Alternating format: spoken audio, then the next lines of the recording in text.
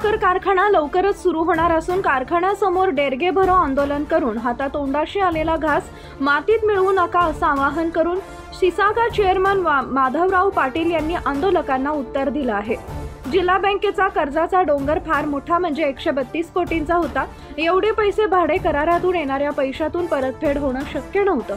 त्यासाठी आमदार अमरीशभाई पटेल यांच्या अथक प्रयत्नानं आरबीआय व नाबार्ड यांच्या गाईडलाईननुसार जिल्हा बँकेकडे व्याजमाफीचा प्रस्ताव प्रत्यक्ष परिस्थितीनुसार दाखल केला व जिल्हा बँकेच्या जनरल मीटिंगमध्ये ठराव पास करून 32 कोटींवर कर्ज रक्कम फायनल करण्यात आली आहे। ही कारखान्यासाठी फार मोठी जमेची बाजू आहे असंही ते म्हणाले।